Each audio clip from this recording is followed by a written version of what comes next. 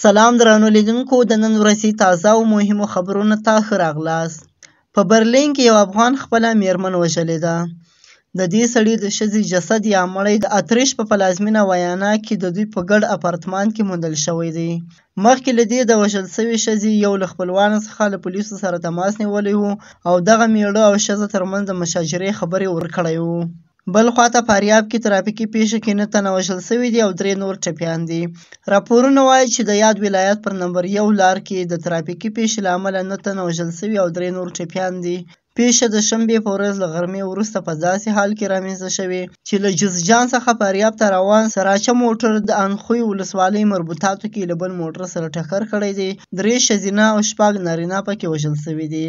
بل خواته د غزې په ښار کې د بې ځایه شویو خلکو په یو سکول باندې د اسرایلو هوایي برید د خالي شنبې په ورځ لږ تر لږه 15 فلسطینیان وژلي دي.